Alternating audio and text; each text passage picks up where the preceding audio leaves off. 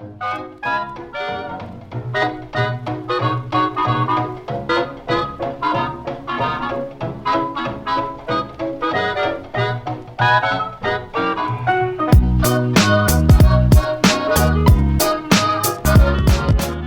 back to Reborn Report. I'm DJ Pfeiffer. And I'm Don Pfeiffer. And today we're wearing the same clothes as we did last week.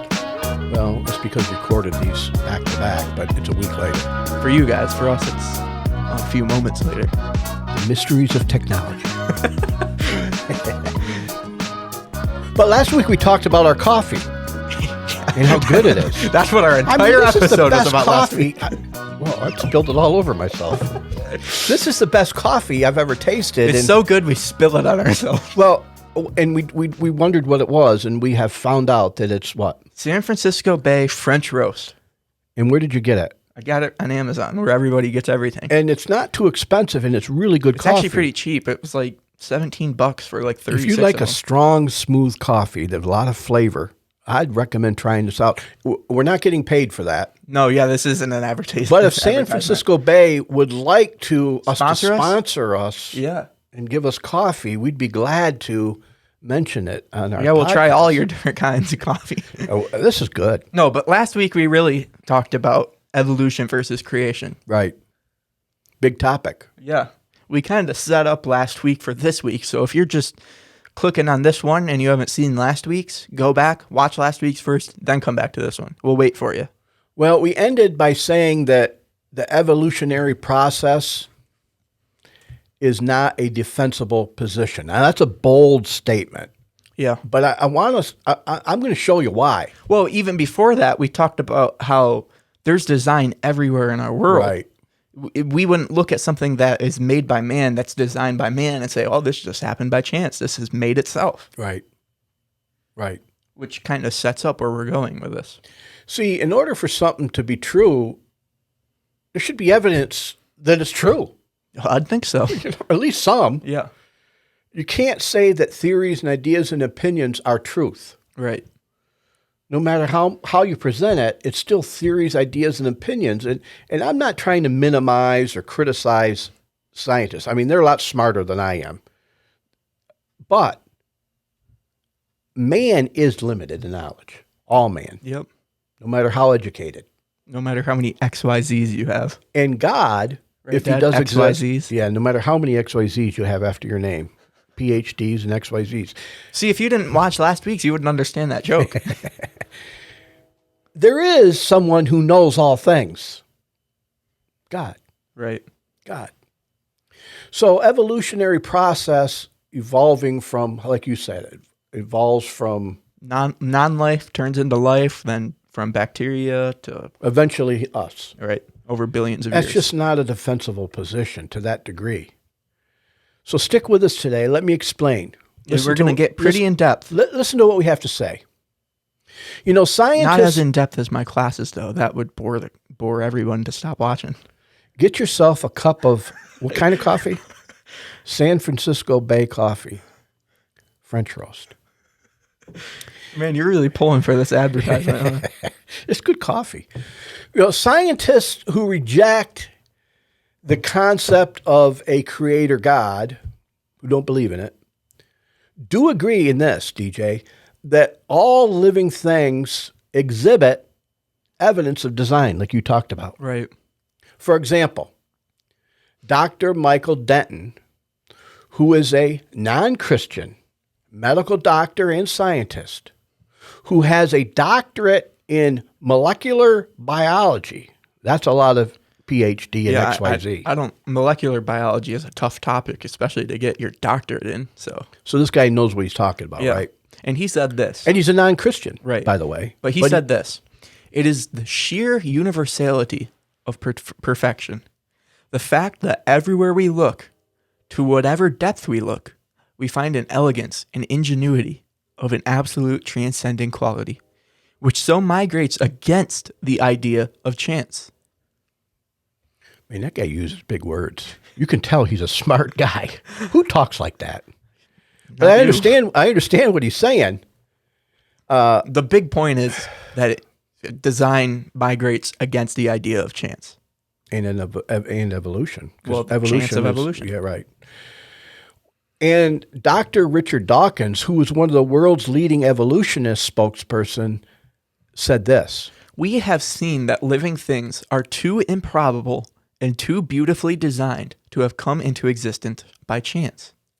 This is from an evolutionist, the leading evolutionist, Richard Dawkins. Right. And he goes on to say, the more statistically impossible a thing is, the less we can believe that it just happened by blind chance. So if these guys in Dawkins reject chance in design, what do they put in place of it? They have to put something there. I mean, he doesn't accept God. Who or what is the designer then? You know, the obvious alternative to chance is an intelligent designer. An infinitely knowledgeable God. Right. And to the Christian, to us, Yeah. and to creationists, the design we see all around us in our world is totally consistent with the Bible's explanation in Genesis 1:1. Right? In the beginning, God created the heaven and the earth. Exactly. And what about in Colossians 1:16? For by him, Jesus Christ, all things were created that are in the heavens and they're on the earth, visible and invisible, whether thrones or dominions or principalities or powers. All things were created through him, for him. And in Romans 1:20, it goes on to say, for ever since the world was created, people have seen the earth and sky.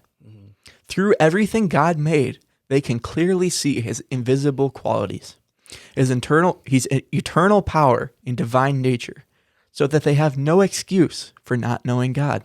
Why? Because design is everywhere. Right. Intelligent design that is Look around you. greater than what man can do, even. However, evolutionists like Richard Dawkins, who admit that design in living things is real, also reject the idea of any kind of a designer God. Why? Because Dawkins attributes the design to what he calls blind forces of physics, and I quote, and the processes of natural selection. Now, I love this quote from Dawkins.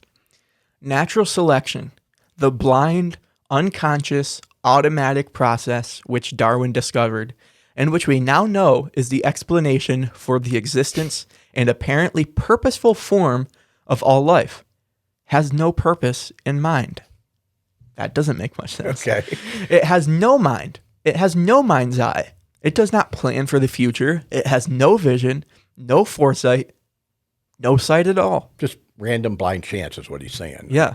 I mean, Dawkins rejects the idea of an intelligent designer and instead offers this answer, which is Darwin's answer. By the gradual step-by-step transformations from simple beginnings, the primordial entities sufficiently simple to have come into existence by chance.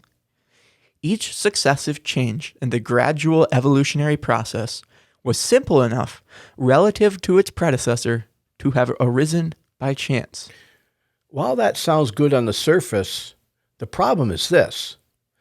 The whole idea and the whole sequence of these cumulative step-by-step process constitutes anything but a chance process. Yeah, it sounds like it's ordered, like something's making it go forward. Right. Basically, Dawkins is saying that natural selection and along with mutations together provide the mechanism for the evolutionary process to work, to function. Right. So let's take a look at it. Through science, does natural selection produce design? Well, science has proven that life is built on information. A great amount of this information, most of it, is contained in the molecule of heredity, DNA. They learned a lot about that when they discovered this around the 1950s, I believe. Yeah, Watson and Crick, which codes for the genes of an organism. What does the DNA, right? DNA, yeah. DNA codes for the genes of an organism. I could tell you the entire process if you wanted to, I'm but sure it'd you bore could. you out of your mind. Well, anyone who understands basic biology, and I know a little bit, very basic, DJ knows a lot about it, recognizes, as Darwin did, that natural selection is a logical process. So we're not criticizing Darwin for that. One can observe it. However, natural selection only operates, now get this, natural selection only operates on the information that is already contained in the genes. Right. It does not produce new information. Actually, though, this is consistent with the Bible's account of origins in that God created distinct kinds of animals and plants, each to its own. So it can reproduce. Reproduce after its own kind. Right. Exactly like it's recorded in Genesis. You want to read that? I think it's in Genesis 1. It can say it better than I can say it. Genesis 1, around chapter 24. Yeah, I'm already opened up right to it. Then God said, "Let the earth produce every sort of animal, each producing offspring of the same kind, livestock, small animals that scurry along the ground, and wild animals." And that is what happened.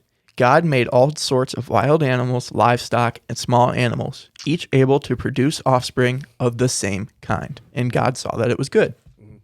So we agree with these evolutionary scientists that it's true, that it's very true that one can see and observe great variations in a kind.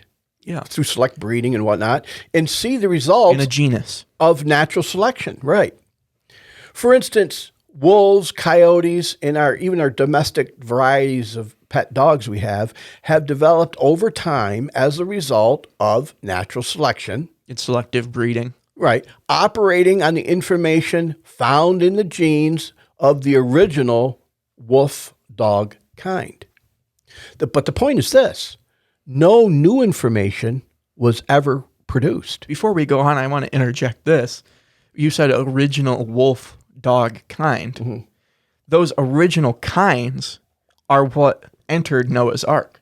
Created by God. Right. But that people often wonder, how could Noah fit all these animals onto his ark? It's because there was one dog kind that eventually bred into all the other. And I heard a big debate from a creationist who said that, and an evolutionist who said that's just not true, because if you look at the number of species there are today, and from the time frame that you say in the Bible when God created the ark and put these animals in there, there's just not enough time for all these different species we see today to exist. And he kind of stumped the evolutionists with that. Well, do you have a response? Well, I say this. God created the trees and all the animals in a day. Yeah, he did. And he's supernatural. He can do what he wants to do. I suppose he can build a 100-foot great redwood tree Yeah. in an hour if he wants to. Well, he made everything in a day. So if he can do that, certainly he can speed up the process of all these variations. Well, also, that we if you have the original so ancestor, we can only trace it back so far. well, if you have the original with science. ancestor for one specific kind, then each time that one dog or kind ancestor breeds, it's going to create a new species. Yeah, but it takes a long, long time. Yeah, but According each to- generation would be a new separate species. But it takes a long time for that change to happen. Even though they're new, they don't look that much different. And for a German Shepherd to turn into a poodle takes time, yeah. takes a long time. But God can do it. And the creationists said there's just not enough time. But here's the point. Creationists can only go back as far as science allows them to, and then they go on assumptions and theories and ideas. Because science only goes, our intelligence, what we know only goes back so far. Right.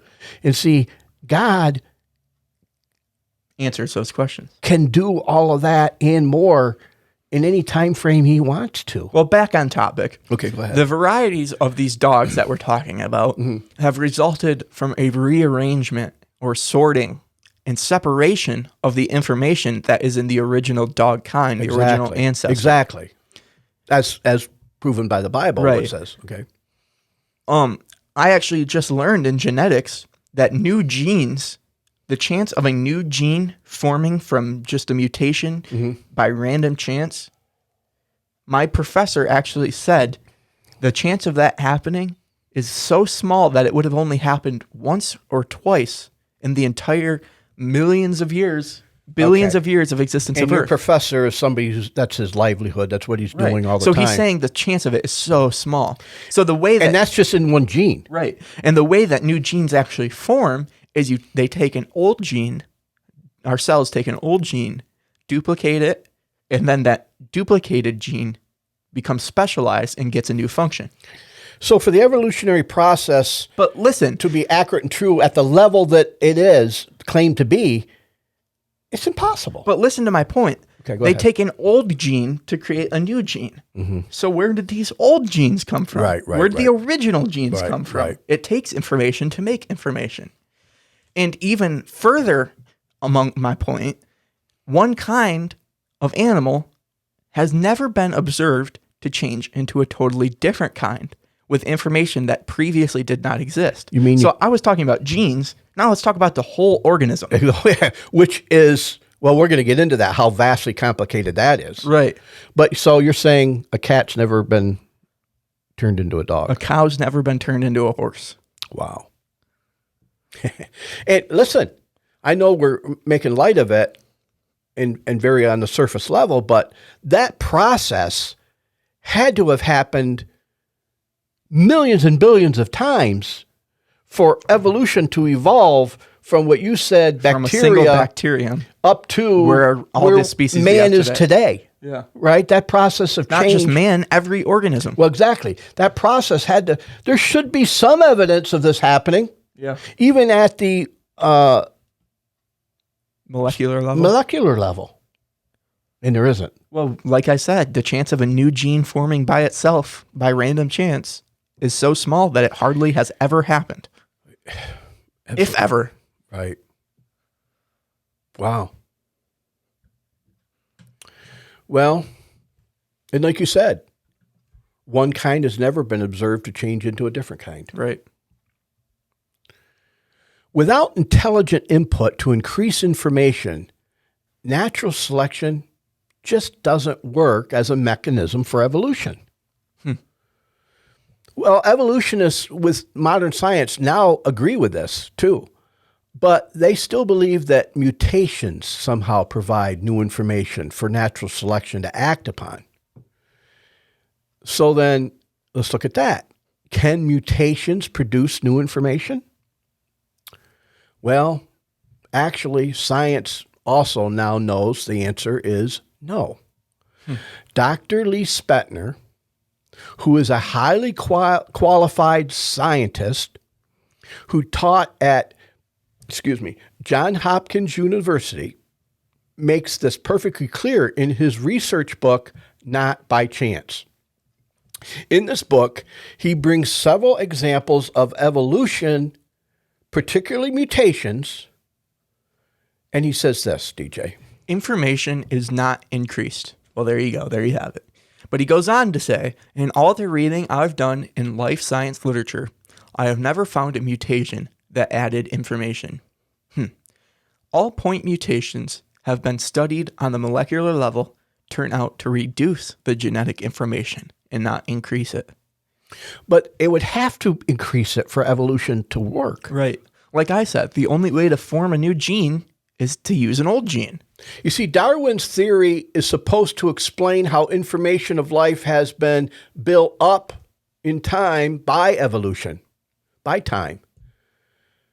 The essential biological differences between a human and a bacterium, Which was what we would have started at in Right. evolution. is in the information they contain, right? I mean, all other biological differences follow from that. Exactly, yeah. It's the basis of life. The human genome has so much more information, so much more DNA, so much more nucleotides, so much more genes than does the bacterial genome. Information cannot be built up by the mutations that lose it. Well, lose you know, DNA. evolutionists would just say, well, that's why it happens over billions and billions and billions of years. But Add more years. something that isn't true, that doesn't happen, doesn't change just because you throw more time at it. Exactly. You know, and evolutionary scientists have no way around the conclusion that many science, including Dr. Spentner, has now come to know. Mutations, too, do not work as a mechanism for the evolutionary process to fully function. You know, this is also confirmed by a Dr. Werner Gitt. I think it's Git, but I don't know. Okay. Gitt. There you go. Pronounce it any way you like. I'm sure he would like it pronounced properly. He's a director and professor at the German Federal Institute of Physics and Technology. Sounds pretty smart. He sounds like he has a few XYZs after his name. He said this. This idea is central in representations of evolution, but mutations can only cause changes in existing information. Exactly what I said about the genes. Right. Exactly what the other guy said. Exactly.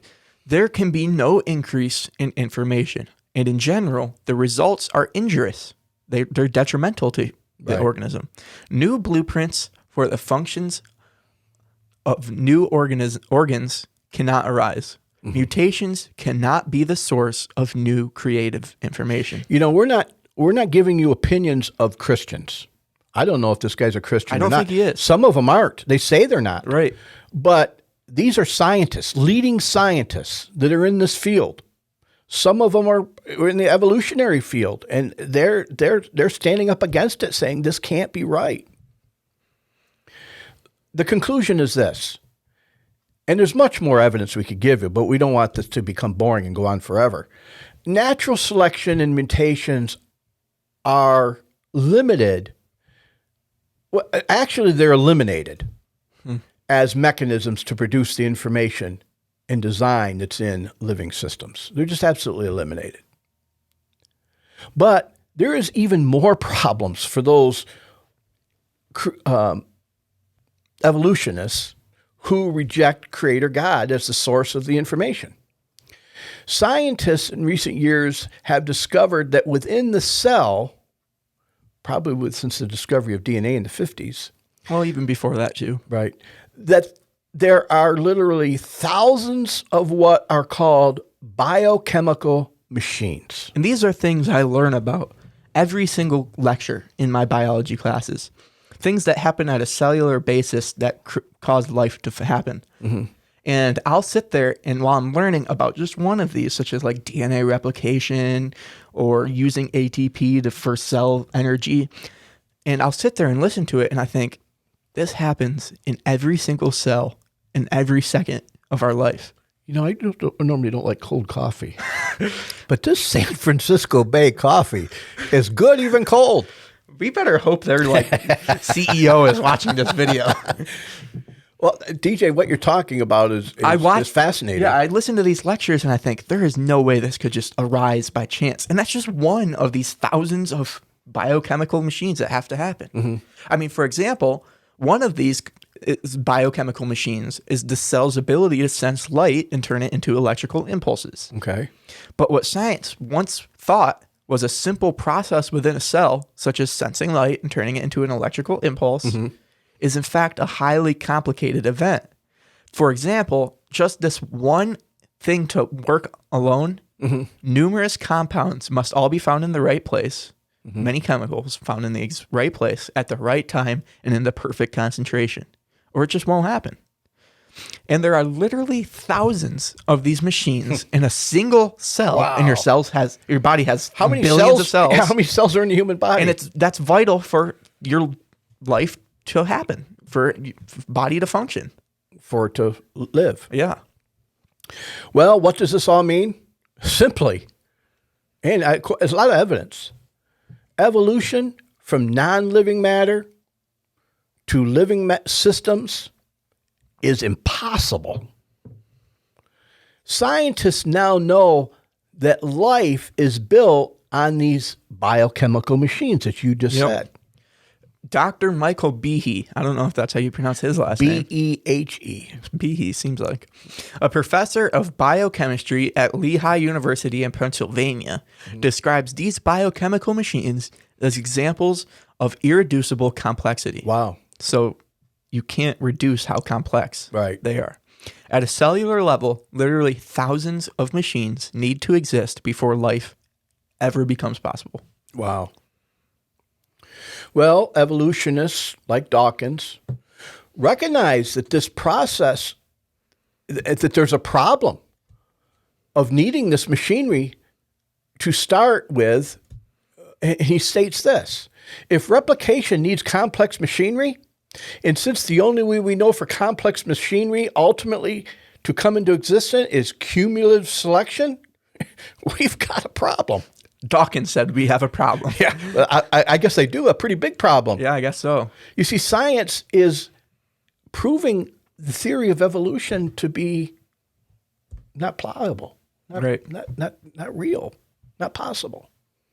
You see, the more science, the more they look into the workings of life and discover about the human body and even itself, the more complicated it is and the more problematic it becomes for evolution. The more time they add to the world. And the more clearly we can see that life simply cannot arise by itself. I mean, if you look from at non-living matter. evolutionists and over time how they've viewed how old the earth is, you'll see that like 100 years ago they thought that the earth was only thousands of years old, and eventually they got to hundreds of thousands of years old, and eventually they got to millions of years old, and now we're up to 4.5 billion years old. Whatever it is, They just keep adding more time because they realize how complex life is. Yeah.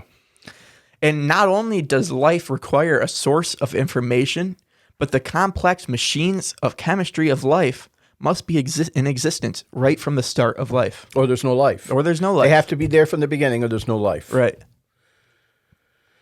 But like still- Dawkins said, the only way that they know these can form is through random selection, Which doesn't work. which doesn't work. He has to be there from the start. Well, okay, then still, is there any other possible way that information could arise from matter? Well, Dr. Werner Jett, that we just talked about, Yep. makes it clear that one of the things we know for sure from science is that information cannot arise from disorder by random chance. He says this, DJ. It always takes greater information to produce information. It takes information to make information. And he says, there is no known law through which matter can give rise to information, non-living matter. Neither is there any physical process or natural phenomenon known that can do this.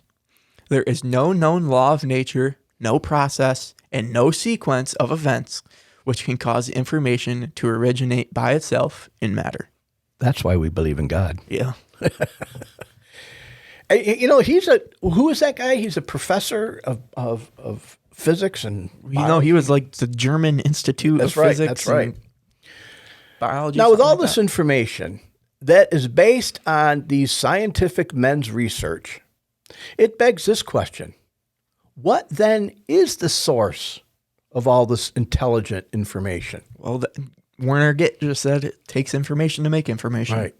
So one can conclude that the huge amount of information that's complicated information that's in living things, let alone how complex the human body is, must originally have come from an intelligence, which had to have been far superior to ours.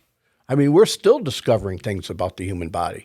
Yeah, like science can hardly even make a cell, let alone a whole human. Right.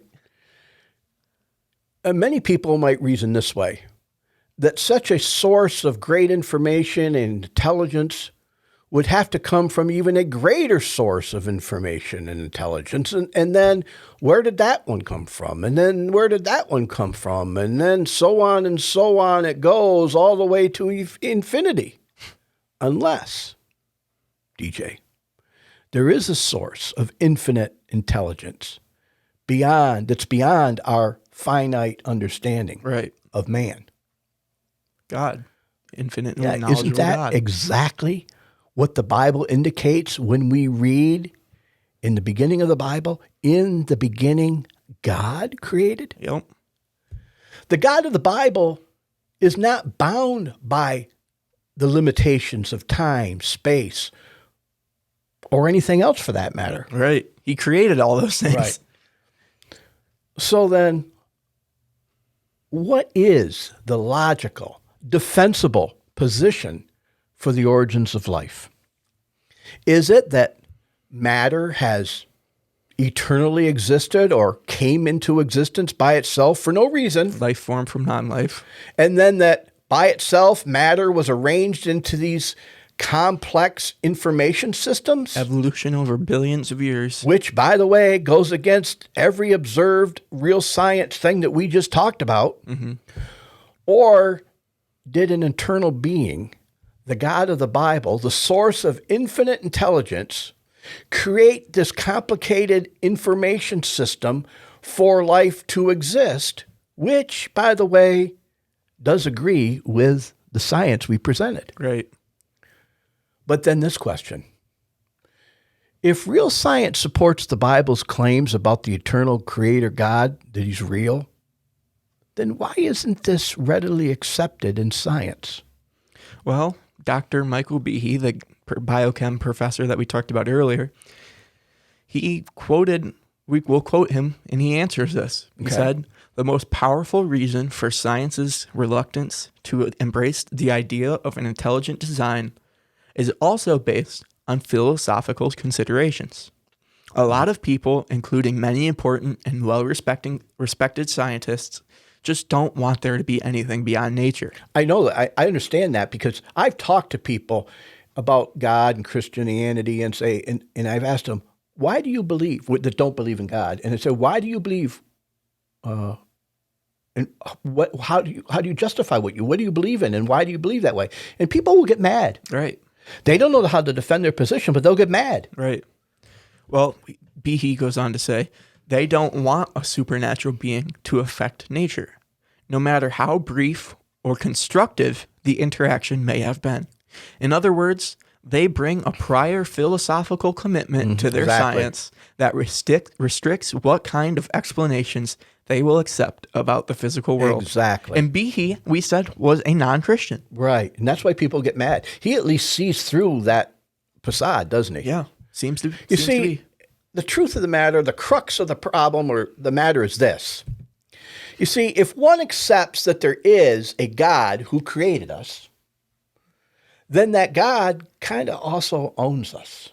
Yeah, that scares people. Now, yeah, and if this God is the God of the Bible, then he also would have a right to set the rules by which we should live.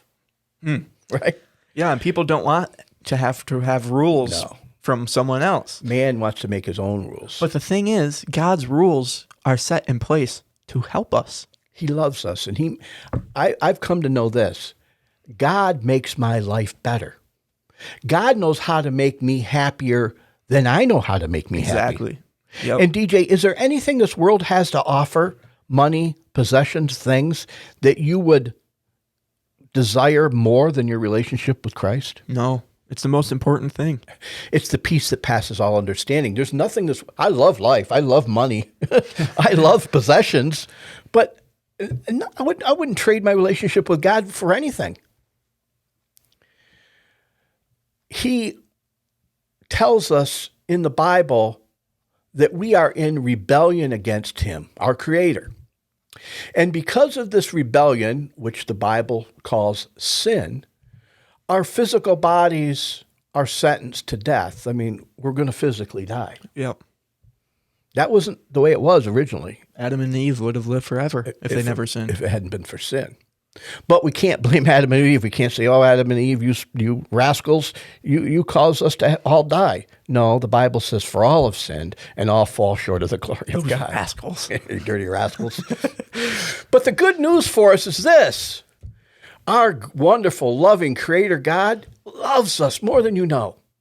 And he has provided a means of deliverance for our sin of rebellion through Jesus, his son, the sacrifice that he made on that cross for us. So that those who come to him in faith, repent of their sins, believe in him, can receive God's mercy, God's grace, God's forgiveness, and then his blessings. Yeah. Not only for just heaven, but for this world too. Yep. I mean, my life is better and I'm more blessed the more I align myself up to God in the Bible. Yeah. We're proving that to be true, aren't we, DJ? Yep. Our lives are walking, living examples of that. And not only this, we get to spend all eternity in paradise with him in heaven. How great is that? It's the most No more important thing. pain, no more worry, no more fear, no more suffering, no more COVID-19. Oh, here we go. You know, Dad, I think you're starting to watch too much Seinfeld. I'm noticing your mannerisms are starting to act like Kramer. Jerry! Exactly. Well, I hope this helps you. You know, we're not doing this for our own benefit, but this is years of research, kind of paraphrased down. I mean, if we give you all the details, this would go on forever, but I understand. If you want more information, we highly recommend Ken Ham, Well, yeah. the creator of the Creation Museum and the Ark Encounter, And what's Answers that? in Genesis. Answers in Genesis. He's criticized for being a new life creationist, and I think that's all blown out of We proportion. met him. He's a really good guy. You can do a timeline of the Bible and prove relatively accurately how old the Bible or the earth is by the Bible. But what's the point is, believe in God. Believe in the Bible. Well, He's Ham, smarter than us. Ken Ham's actually the reason we started doing this research. Absolutely. I loved what he has to say. And he kind of goes against mainstream Christianity a little bit, and just believes God and his word to be true. And I tell you, churches need to get back to that basics. Yeah. God is real. The Bible's true. And we need to make a stand. There's a verse, the DJ, that we've talked about in previous podcasts. I don't know where it is, but it's one of your favorite The verses. Uncertain Call. Yeah, that says about the confusion that's in the world today about God's word. And it says, if the trumpeter doesn't blow a clear call, Who will know? who will know and who will come to battle? And I believe that's what's happened. But secular science and evolutionists are blowing a clear call. Yep. They're taking their theories and ideas of evolution and presenting them as fact. Well, we highly recommend you do your own research for yourself. Absolutely. And that's all we've got for you for this week. We'll be back next week with a different topic. Thank you for listening. A little bit lighter topic. We've done a lot of research. Check out all of our podcasts.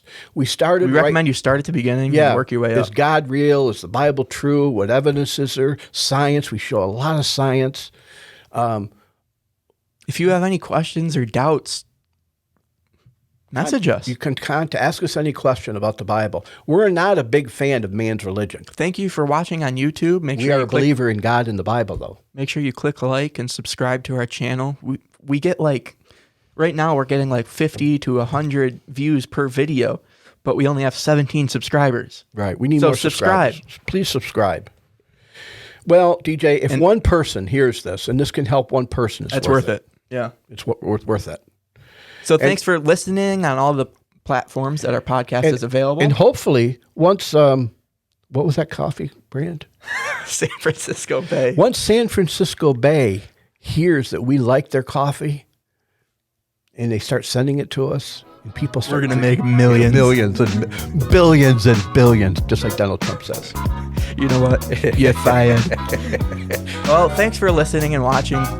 We're going to go get us another cup of San Francisco Bay coffee. French roast. See you guys. Thank you. Goodbye.